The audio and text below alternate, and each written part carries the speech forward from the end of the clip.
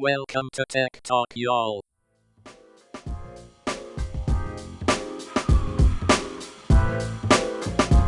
Hi, and welcome to Tech Talk, y'all, episode 397, a production of Edgewise Media. I'm Adam Walker.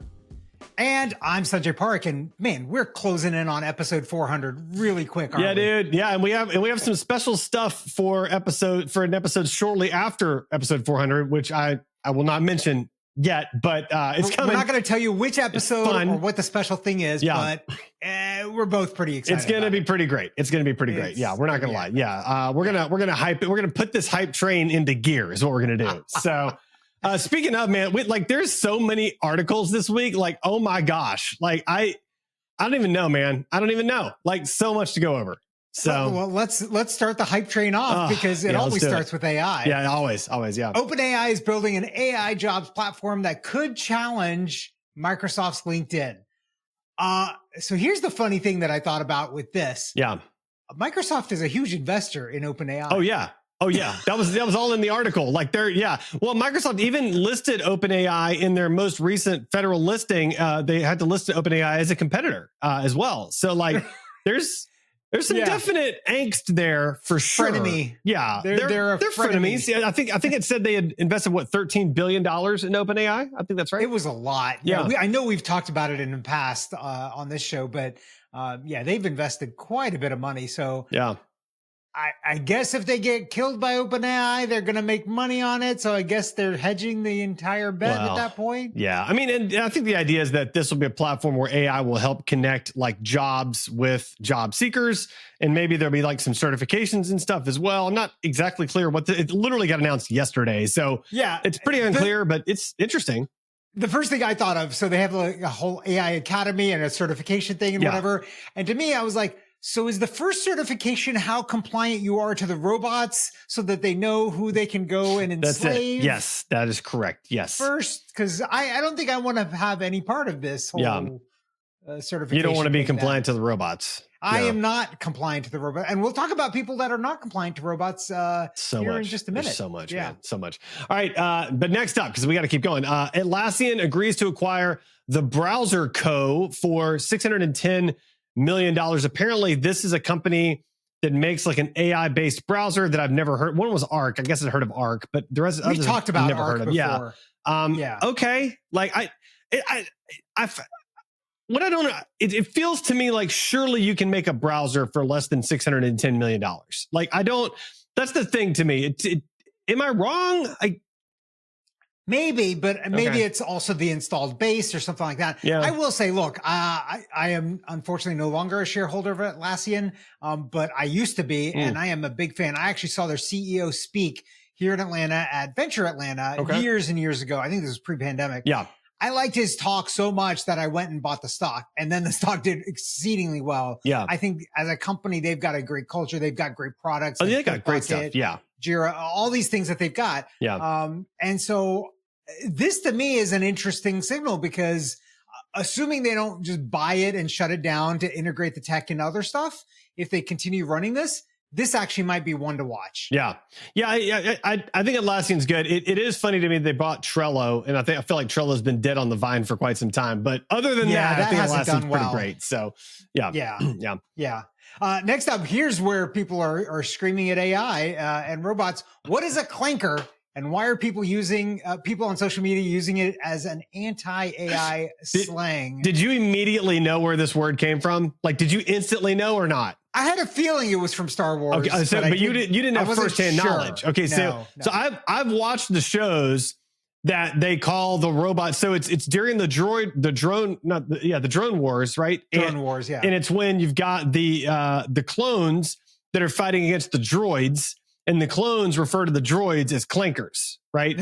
Like that's the whole point. And so we're going to get these clankers. And so, that's the whole thing. So, I've watched several of those episodes, shows with kids and stuff like that. So they're cartoon shows. So it would make sense if you hadn't seen them. But yeah. No, they have been playing in my household before. So fair. Yeah. It's, I think this is coming. I didn't tag this, but there's a lot of stuff like this going on. I saw a video on Instagram of a Waymo in San Francisco, and people were jumping on top of the car and doing flips off of it. Oh and my the gosh. thing was not knowing what to do. Basically, it was just at a standstill. Oh, yeah. It's the thing that we talked about before. That's what Malcolm Gladwell said. Gladwell said, yeah. right? Exactly. And people, and then finally a cop shows up and, gets everybody to stop doing dumb things. And then the car finally starts moving. Okay. So speaking of Waymo and dumb things in cars, I saw an interesting video, from is it Marquise Brownlee? That's his name, right? Yeah. So he was talking about how he had the new iPhone 16 and there was damage to his camera. Like there were dots in the camera every time he shot something with it. And it's because he had shot video of a car that had LiDAR, and the LiDAR burns the camera sensor if you're shooting camera shots of a car like that. And so be forewarned, you might not want to take your cell phone out and take a video of that Waymo vehicle, because it might actually screw up your camera long term. Isn't that crazy? Oh, wow. Yeah. I sense the next upcoming industry will be a lens cover protector for your camera. Yeah, maybe so. From LiDAR. Maybe so. So that because there's a lot of LiDAR going to be going on. I mean, tons. I know. Yeah. So exactly. must have a lot of cameras. You go. Yeah, exactly. So I think some phone manufacturers are going to have to build that in at some point in the future. All right, next up, Tokyo uses AI to warn residents to prepare for the worst with simulation of Mount Fuji erupting. Did you watch the video? I did. It is. It's convincing. Terrifying. Yeah, it is very convincing. My favorite part was it shows it erupting, and then there's like text below it that says like, this is a simulated eruption. But like, how many people are going to see that and take the time to read the text? Like, that's what I want to know. Like, I feel like the eruption, if it's in your backyard, basically, like, you're not going to be reading the text. You're going to be horrified by the image on your screen, I think. So, right. But it was, and it was convincing. I mean, I've spent time in Tokyo. You don't get to see Mount Fuji that often because the air is not clear enough. But I did see it once, and it is spectacular when you get to see it from that far away, but it's not that far. I did take the bullet train to go actually to Mount Fuji. Okay. And it takes, I don't know what it was. It was an hour and a half, 2 hours, something like that. Yeah. It wasn't that far. Right. And so, that thing erupts. It's not going to be good for anybody. Everybody gone. Yeah. Mm-hmm. Yeah. It's you thought the nuclear, the Fukushima. Yeah. Mm-hmm. Daiichi. That accident, you thought that was bad. This could be much worse, significantly worse. So that's why they made the video, to make sure prepare that people you know about that. Yeah. But in the meantime, I guess if you're running away from the Mount Fuji and you need a bunch of water, there's a way to get it. Taco Bell rethinks AI drive-through after man orders 18,000 waters. This is just like the people messing with the Waymo. Yeah. They're going to be doing this too. Like, have you met humanity? Yeah. Have you met people? But that's so creative, right? To drive through and realize like, oh, this is an AI. Let me. But the other thing was, there was another instance it talked about where the AI kept asking the person ordering, do you want anything else? And they'd be like, no, this completes my order. Do you want anything else? Like, just kept trying to upsell them constantly until he was just so fed up. I think he left or something. So like, I mean, it seems like it went, I think they said they took in 2 million orders. So they did a lot of orders through it, but I mean, there's some serious problems with it, obviously. Yeah. So. I've been hitting this sometimes too, when I call places and there's these fake voice AI things. Mm-hmm. Like we just had that recently with some place we were trying to go. I think it was on Labor Day. And it's like, we want to talk to a real human to make sure that you are open. Yeah. Because we don't trust that you have the latest data. Yeah. Because it wouldn't answer if it was actually open. So, oh, well, on this day, we're usually open at this time. Well, that doesn't help me. That doesn't help me. And so, like, I understand you're trying to save on labor costs and things like that. Sometimes the customer experience is not worth that saving. That's right. The hit that it takes is just not worth it. But speaking of improved customer experiences, Tesco trials avocado ripeness scanners. And so many things are hilarious to me about this article. Number one, there was like the whole argument of like, do we need an avocado ripeness scanner? Or can't we just like feel the avocado? Like, okay, fair enough. That's what you're supposed to do. I mean, that's what the normal people do. Number two was the article was making this huge deal out of how avocado toast is so popular and such a big deal with millennials. And I was like, that was 10 years ago. Like, where are y'all at? But apparently they've sold 15 million more pounds of avocados this year than they did last calendar year. So and this was in England or in the UK, I think. So apparently, like, maybe avocado toast was huge here 10 years ago, and now it's migrated over there. It just arrived, basically. It just got there. Yeah. So here's reading this article, I thought, okay, I would actually step this up, because personally to me, having to take your avocado up to a scanner basically exposes you as a noob avocado buyer to everybody in the store. Right. Instead, here's how I would harness this technology. A long time ago, I think we talked about this technology where you have a laser that projects a keyboard onto a flat surface and use that, right? Right.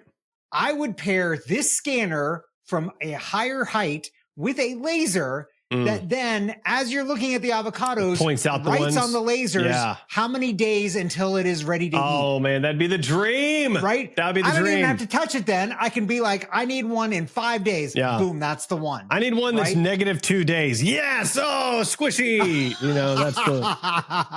That's the one. I need one that I can eat at this very minute. This I can moment. just rip the skin off and just just eat it like go to it. That's like I would like to see you eat an avocado like an apple. Can we sign up? Like, can we get a video of that or something? That'd be kind of amazing. I don't think you can eat the skin of an avocado. I would like to see you try. I don't want to try. I would like to see you try.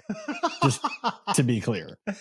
Yeah, well, I can track my health then if I get one of these fancy new watches, because Garmin debuts a high-end sports watch ahead of Apple's new model. Yeah. Did you see the price point on this thing? Well, it was a Bloomberg article behind a paywall, so no, I did not. But I did see that it connects to satellite and cell phone networks for like extra connectivity, I guess, which is cool. What was the price tag? So I'm opening up the article because I apparently have something that allows me to see it. You're blocking it. You're cheating the system. I'm cheating the system. Yeah. So the base model, get ready. You're drinking coffee. I want to wait until you're done. Okay, so I'm done. I'm done. I won't spit it out. $1,200 for a watch. For a watch. The version that has a micro LED, which is even brighter, $2,000. I mean, and so the lesser version, 27 days on the standard model with the battery. The more fancy version, 10 days, but it has a cellular and satellite connectivity. So you can summon emergency response teams if you're out in the wilderness, get lost, get hurt, do whatever. So like if it's replacing like one of those emergency transponder things. Okay, hold on. Maybe the Venn diagram of people that are willing to spend $2,000 on a watch and the Venn diagram of people that are so far off the grid that a cell network doesn't reach them. Those are like, there's such a small overlap. Like you'd have to have a magnifying glass to see the overlap in that. Like that target market is horribly small. See, this is the kind of gift that Mark Zuckerberg should have been giving out to his neighbors. Yeah. For all the to let them know that when he takes them out into the wilderness and leaves them for dead, then they'll be able to find their way home. That's a weird move. I don't know. So I don't know. It is kind of weird, but this is the kind of gift that you should be getting, Mark Zuckerberg. Maybe the next one. Polar unveils Whoop-like fitness band without a subscription fee. So it looks just like a Whoop, and you buy it one time. I think it's $200. Yep. And there's no ongoing subscription fee. And it makes me wonder, because I've got my Ultra Human Ring right here, by the way, that just finished charging.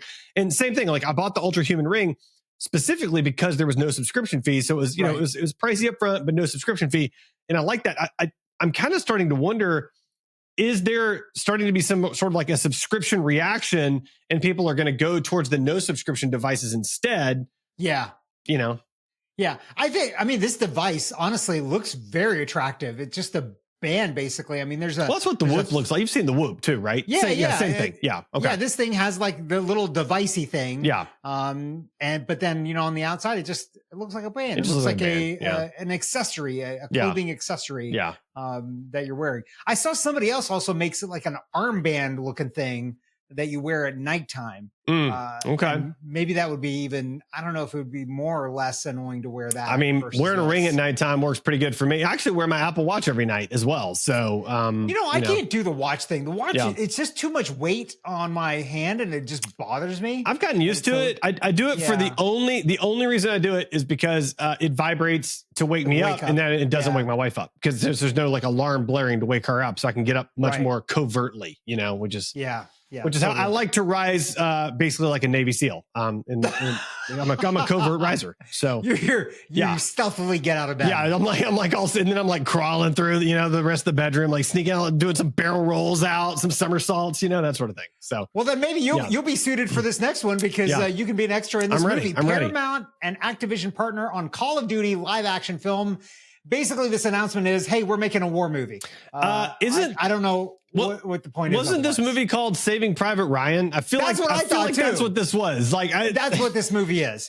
This is Band of Brothers. Ryan. Like it feels like it's just a war movie. Like, okay, that's cool. I mean, doing other war movies are entertaining, but okay. I mean, doing a movie on a game franchise when the game franchise is something unique. Okay, I get it. Right? But Call of Duty is just like different wars that have been real wars. It's just like, it's a war movie. Okay.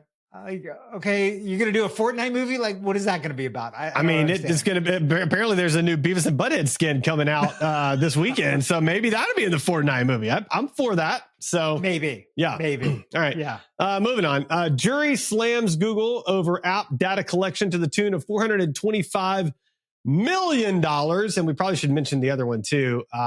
Google stock jumps 8% after search giant avoids worst case penalties in the antitrust case. So on the one hand, so these are two different cases. Two different cases. The first one, they're getting the smackdown because they were collecting data when they said they weren't collecting data. When the person had opted out, they're still collecting data on the person, even though they said they opted out. Can't do that. On the second case, they got to keep Chrome. And so the market liked them keeping Chrome. So that's when you say you're doing things or not doing things because a person tells you to do or not do them, maybe you should do or not do them based on what you said you would do. Or not do. Is basically. Or not do, right? The other one is interesting to me because they basically have been told they don't have to divest from Google Chrome. Yep. So they get to keep it. But they cannot sign exclusive deals where they are the sole search engine provider. Yep. So like they do one for iPhone where they are the sole provider or the default provider, not the sole provider, the default provider.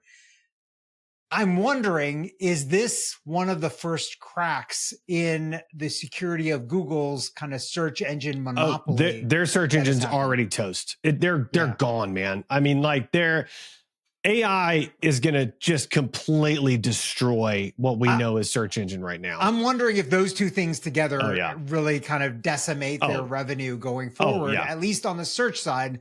And I'm sure inside they're desperate to be like, how do we fill other revenue buckets? Yeah, they're going to have to figure out. I mean, especially with AI browsers coming out, and if people start moving to AI browsers, like that's going to be next level, and it's going to completely annihilate them.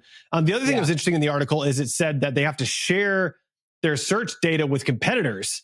Right. So that's going to limit their competitive advantage dramatically as well, which I think that's great. I'm all for the monopoly coming down. So that's great. I do wonder though, with this whole kind of push into AI and things like that, where it's reliant on content that people have written.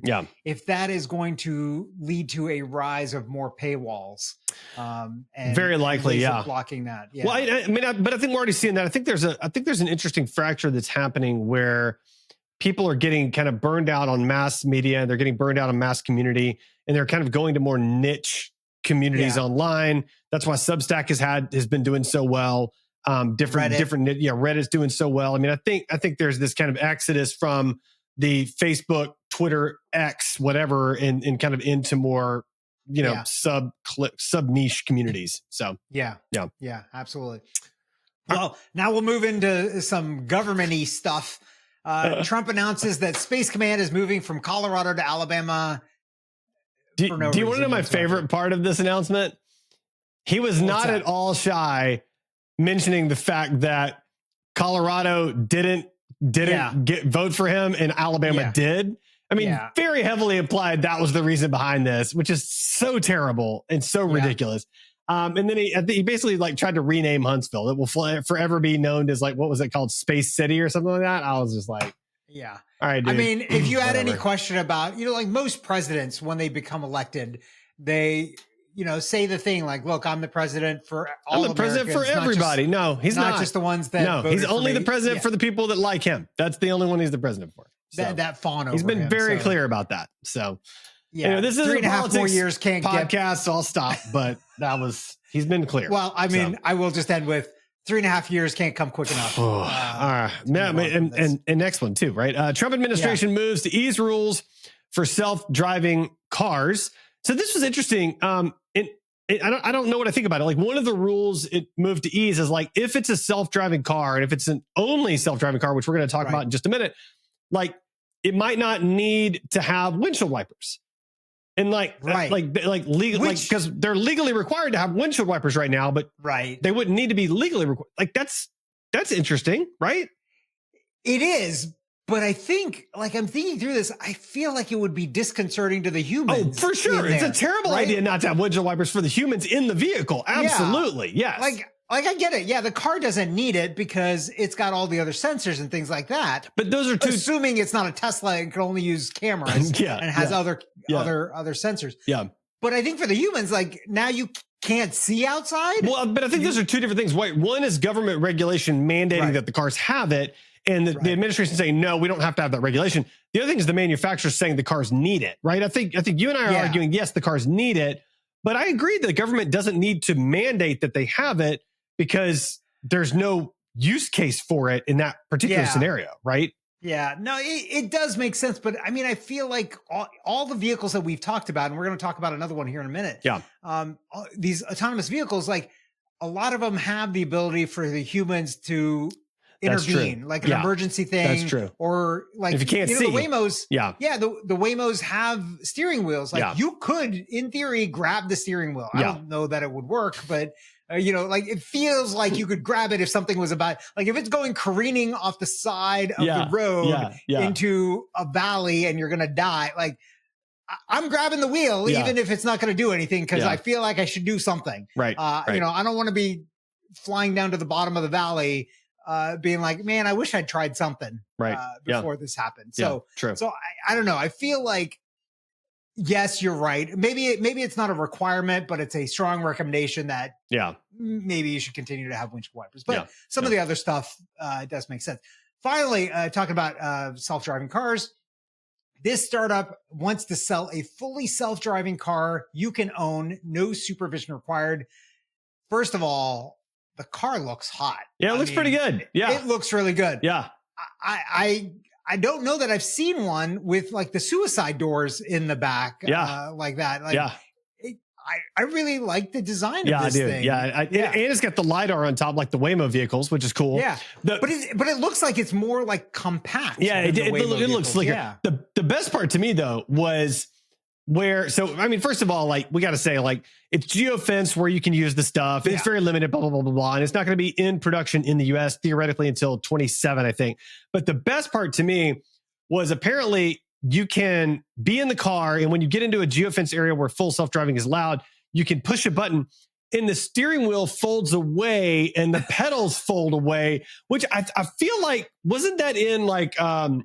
Jetsons? No, I feel like iRobot.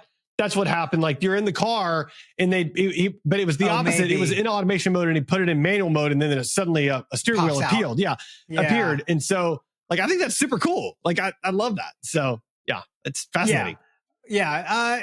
I mean, it's nice, right? You have more leg room, more room to kind of do whatever at that point. So it's super interesting. They kind of make the point that, look, we're able to do this or we're aiming to do this because we're starting from building an autonomous vehicle from the get-go and not adding it on as an afterthought. Right. So, it's interesting. It's one to watch. Did you see the list of sensors that it has in there too? Oh, no, I missed that. I forget the numbers. Like, and I don't have the article in front of me. It was an insane amount of radar, LiDAR, cameras, the microphones. I think it was like 12 or 14 microphones. There was like an ultrasonic microphone in there, like several. I mean, like I didn't get, it had to be 50 or 60 sensors. Like just, it was wild how many sensors there were. So. Which that might be part of the reason why it's not coming out until 27 or whatever, because probably all those sensors add so much cost to the car that they need to figure out a way to make it all cheaper. Yeah, for sure. Because otherwise being able to buy a car that you can't afford doesn't really do much for you. No kidding. Yeah. So next up, and I guess last up for this particular segment, or no, we have one more. Sorry. Who needs a pilot? This new autonomous air taxi can fly passengers hundreds of miles. I think it's one thing to be driven a few miles autonomously. I feel like they're 10 years too early. Like people are not going to want to be autonomously flown hundreds of miles anytime soon, you know? And this wasn't this an electric one as well? Yeah. I think it was. Yeah. This is totally Jetsons, basically. It is at this point. Yeah. Like the only thing they're missing, like the steering wheel folding up, is the thing folding up into a little briefcase so you can just carry it around with you. Yeah. Only a matter of time. Yeah. Only a matter of time. I don't think material science works like that, but okay. It's interesting. I'm sure. I'm sure somebody will use this. Maybe people will use it to like ferry themselves to, I don't know, like Burning Man or something. I don't know. Well, I mean, judging by the Burning Man traffic, there were like people in traffic for like 8 hours trying to get to Burning Man recently. Right. So that's what I'm saying. Yeah, maybe. I mean, if it's like, hey, you can sit in traffic for 8 hours in the desert, or you can take this autonomous flight that might kill you. They'll be like, I'll take the flight. I'm going. Take the flight. I'm good. I'll take it right now. I'm going to go out in a blaze of glory, or I'm going to get there safely. Yeah. One of the two. Either one's fine. I mean, like you could see something like that being set up for something, an event like that, where there is so much traffic, where you've got a place and you just have your time in line, and these helicopters are just basically flying back and forth between the two places, ferrying people and unloading them and going, and doing the thing. Like if this thing were to work, somebody is going to set up a service like that, and they are going to make a killing. Yeah, because people will absolutely pay to not have to sit in traffic for 8 hours. But again, I think they're too early. They're too early to market. So probably, probably. And I think last up before Weird and Wacky, who owns, operates, and develops your VPN matters, an analysis of transparency versus anonymity in the VPN ecosystem and implications for users. This definitely eye-opening. I wanted to make sure Mulvad was not on this list. It is not. Yeah. But most of the top apps that have been downloaded for VPN stuff are owned by the same company, and a lot of them are Chinese companies. And good to know. A lot of them are running things that get you access but not anonymity. Yeah. And so there is a real danger of using these apps and your data being scraped up by other people that you don't know. Yeah. Of course, I know Tech Talk Y'all listeners would never use any of these apps, but click the link. Make sure you're not using one of these apps. Check your list. Yeah. If you're trying to use a VPN, the Sanjay certified VPN that you should use is Mulvad. Yeah, Mulvad's amazing. It is so good. Definitely the best. So good. Time for the Weird and Wacky segment. Abominable snowman. He's not an axe murderer. One of the TAs turned out to be a bot. All right, first up in Weird and Wacky, brand new $1 million luxury yacht tips over and sinks just minutes after launching, forcing crew to jump overboard. Oh my God, did you watch the video? I did.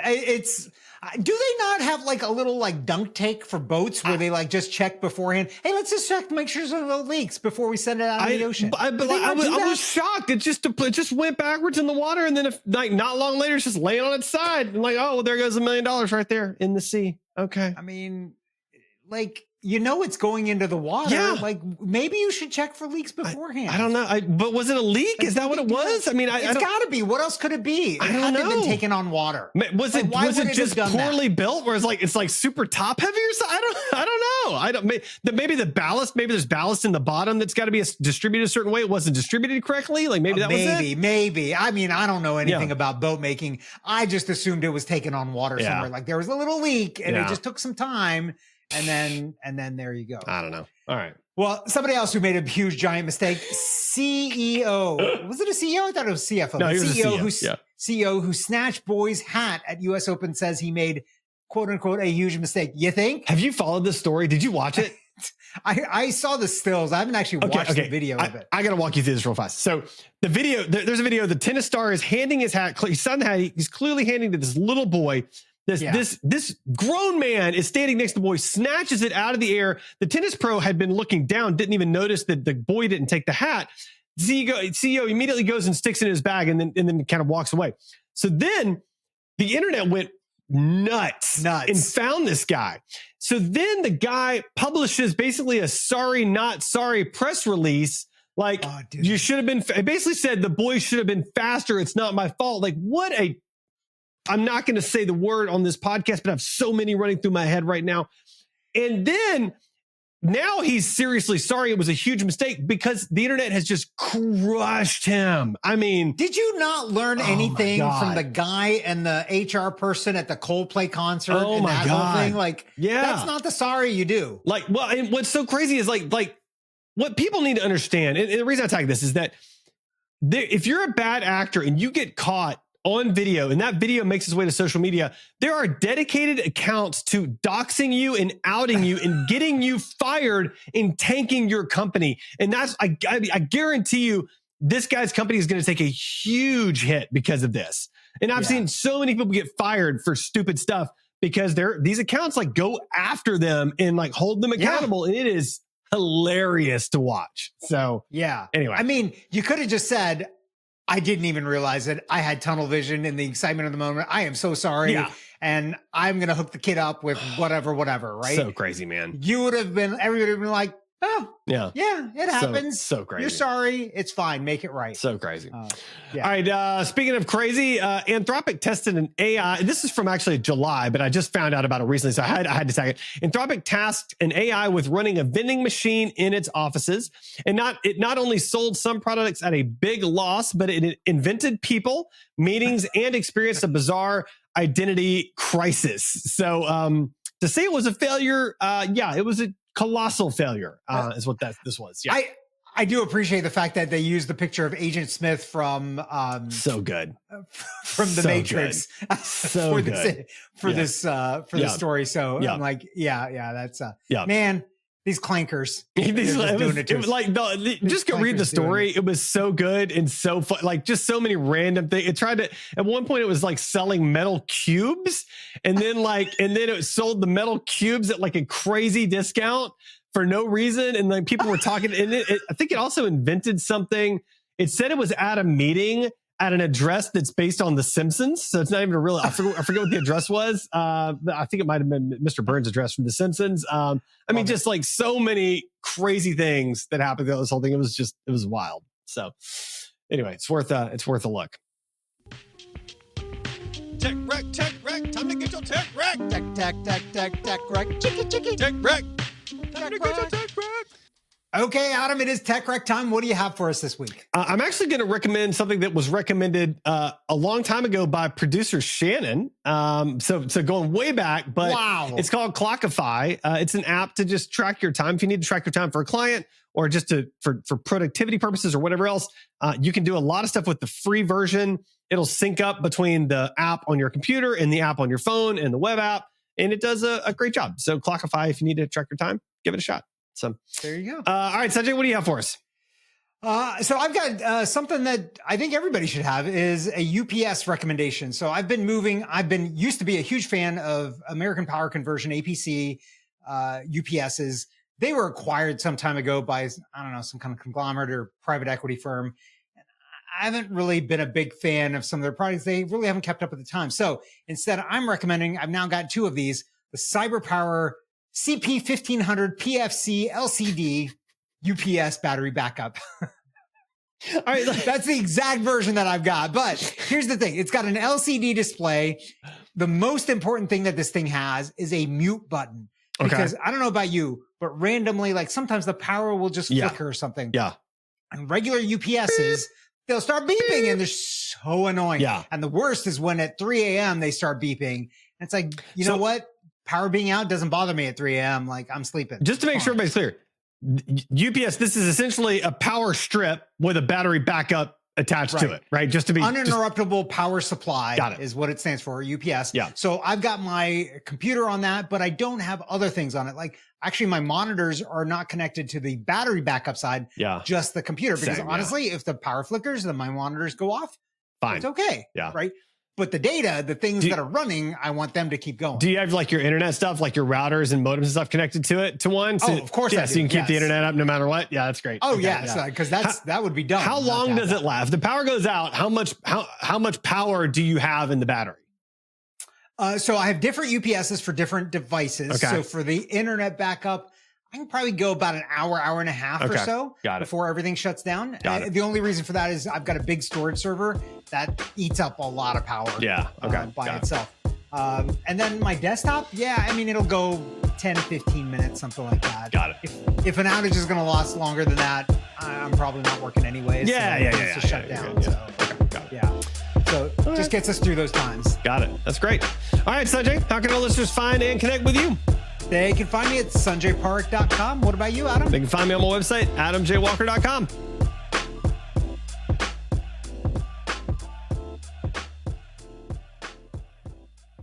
Dun, dun, dun.